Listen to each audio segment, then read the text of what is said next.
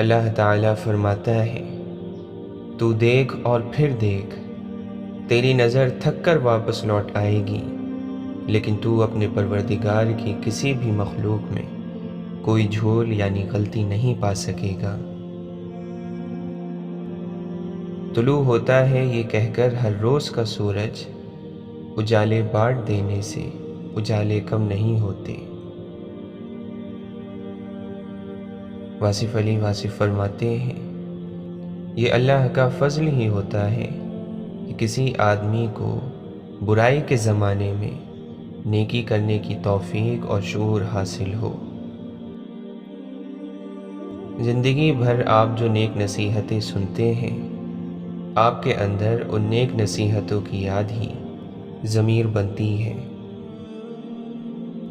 بہت سارے سوالات سے نکل کر جب انسان ایک سوال میں داخل ہو جاتا ہے، تب اس کا راستہ بالکل صاف اور واضح ہو جاتا ہے۔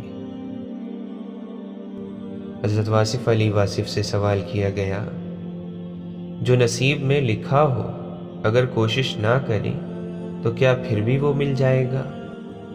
آپ نے جواب دیا، ہاں، اگر نصیب میں لکھا ہوا ہے تو پھر تم کوشش کرنے پر مجبور ہو جاؤ گے۔ غموں کی راہ پر بڑے سکون سے چلو کہ یہ راستہ اللہ کے قریب کر دیتا ہے۔ تجھ سے مانگوں تجھی کو کہ سبھی کچھ مل جائے، 100 سوالوں سے یہی ایک سوال اچھا ہے۔ مولانا رومی فرماتے ہیں، اگر تو چاہتا ہے کہ دن کی طرح روشن ہو جائے تو اپنی ہستی کو اپنے دوست کے سامنے جلا ڈال۔ نہ ڈھونڈ خدا کو زمین و آسمان کی گردش میں، اگر وہ تیرے دل میں نہیں تو پھر تیرے لیے کہیں بھی نہیں۔ وہی لوگ اپنی تنقید کو برداشت کرتے ہیں جو حقیقت میں اپنی بہتری کے خواہش مند ہوتے ہیں۔ مرتبہ چاہتے ہو تو خدمت کرو، اور عزت چاہتے ہو تو خاموش رہو۔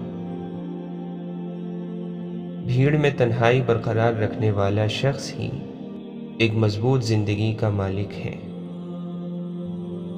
اگر آپ صحیح وقت پر کچھ نہیں سیکھتے تو زندگی وہی سب کچھ بہت غلط وقت پر آپ کو سکھاتی ہے۔ خاموشی سے کی گئی دعا اور محبت دونوں بہت طاقت رکھتی ہیں۔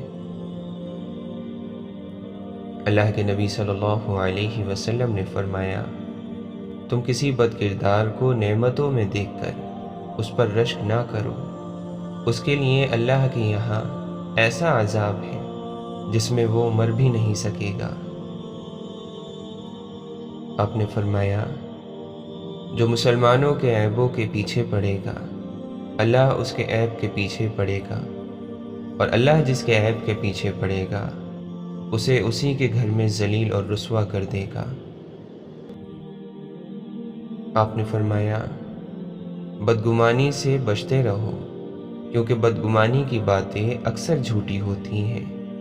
لوگوں کے عیب تلاش کرنے کے پیچھے نہ پڑو، آپس میں حسد نہ کرو، کسی کی پیٹھ پیچھے برائی نہ کرو، بغض نہ رکھو، بلکہ سب اللہ تعالی کے بندے آپس میں بھائی بھائی بن کر رہو۔ رحمت تو صرف بدبخت ہی کے دل سے چھینی جاتی ہے۔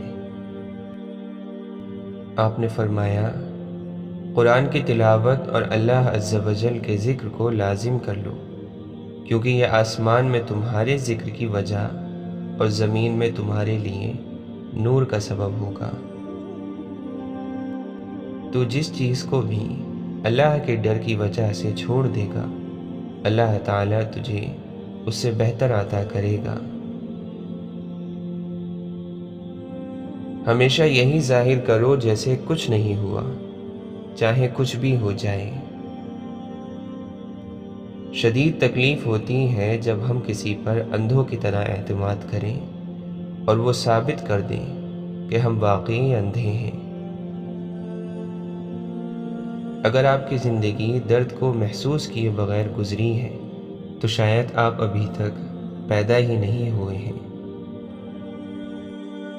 آپ صلی اللہ علیہ وسلم نے فرمایا، اللہ نے اسلام کی بنیاد پاکیزگی اور صفائی پر رکھی ہے، اور جنت میں وہی شخص داخل ہوگا جو پاک و صاف رہنے والا ہے۔ جو شخص خود اچھا نہیں، اسے یہ قطعی حق نہیں کہ دوسروں کو برا کہے، اور کوئی بھی مومن یہ نہیں کہہ سکتا کہ وہ دوسروں سے اچھا ہے۔ وہ حادثات جو آپ کی سوچ کو درست سمت میں ڈال دیتے ہیں، وہ حادثات نہیں بلکہ غیبی مدد ہوتی ہے۔ توبہ نام ہی اپنی غلطی کو ماننے کا ہے۔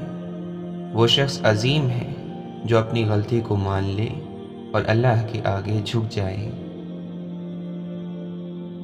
اللہ کے نبی صلی اللہ علیہ وسلم نے فرمایا، جس چیز میں بھی بے حیائی ہوتی ہے اسے عیب دار بنا دیتی ہے، اور حیا جس چیز میں بھی ہو اسے زینت عطا کرتی ہے۔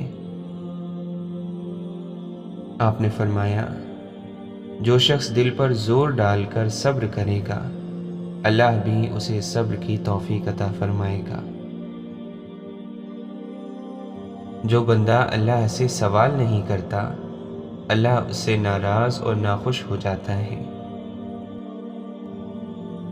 یا اللہ، ہمیں اس دن رسوا نہ کرنا جس دن لوگوں کو دوبارہ زندہ کیا جائے گا۔ جس طرح جسم کو بیماری میں کھانے سے لذت حاصل نہیں ہوتی، اسی طرح گناہوں کی موجودگی میں دل کو عبادت کی لذت اور سکون نصیب نہیں ہوتا۔ یہ بات یقینی ہے کہ رب پختہ یقین والے کو کبھی مایوس نہیں کرتا۔ اگر اللہ تمہیں تمہاری کہانی لکھنے کا اختیار دیتا تو یقین مانو تب بھی تم اتنی بہترین نہ لکھ سکتے جتنی اللہ نے تمہارے لیے لکھی ہیں۔ جن لوگوں کی تنہائیاں پاک ہوتی ہیں ان کی دعائیں کبھی رد نہیں ہوتی۔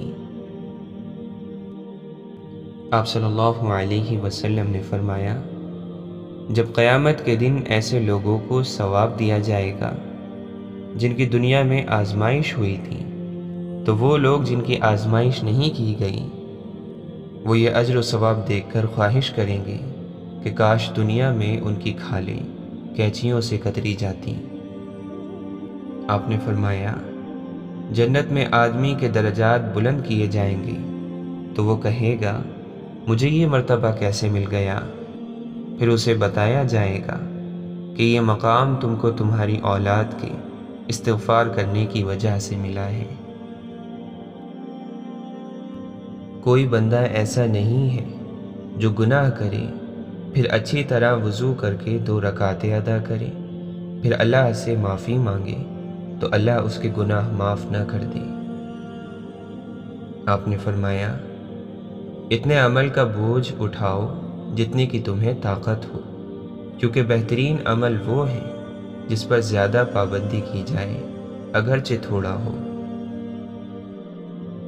آپ نے فرمایا، جو شخص قرآن کے پڑھنے میں ماہر ہو وہ معزز اور نیک سفرا فرشتوں کے ساتھ ہوگا، اور جو شخص قرآن کو اٹک اٹک کر پڑھتا ہو اور اسے پڑھنے میں مشقت ہوتی ہو تو اس کو 2 گنا ثواب ہوگا، ایک تلاوت کا اور دوسرا محنت کا۔ اور جو شخص صبر کر لے اور معاف کر دے تو یقیناً یہ بڑی ہمت کے کاموں میں سے ہے۔ اللہ تعالیٰ قرآن مجید میں فرماتا ہے، صبر کرنے والوں کو ان کا ثواب بغیر حساب کے پورا دے دیا جائے گا۔ اللہ کے نبی صلی اللہ علیہ وسلم نے فرمایا، مسلمانوں، سچ بولنا اختیار کرو، کیونکہ یہ جنت کا ایک دروازہ ہے، اور جھوٹ بولنے سے کنارہ کرو، کیونکہ یہ دوزخ کا ایک دروازہ ہے۔ آپ نے فرمایا، اللہ جس کے ساتھ خیر و بھلائی کرنا چاہتا ہے اسے بیماری کی تکلیف اور دیگر مصیبتوں میں مبتلا کر دیتا ہے۔ اللہ کے نبی صلی اللہ علیہ وسلم نے فرمایا، اللہ تعالیٰ ظالم کو چند روز دنیا میں مہلت دیتا رہتا ہے، لیکن جب پکڑتا ہے تو پھر نہیں چھوڑتا۔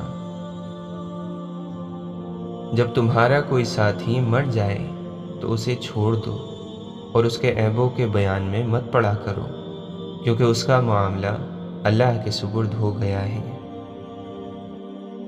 امام زین العابدین رضی اللہ عنہ فرماتے ہیں، پاؤں کا حق تجھ پر یہ ہے کہ اسے حرام کے لیے نہ چلا، کیونکہ انہی قدموں سے تو نے پل صراط سے گزرنا ہے، ورنہ یہ ڈگمگا جائیں گے اور تو دوزخ میں جا گرے گا۔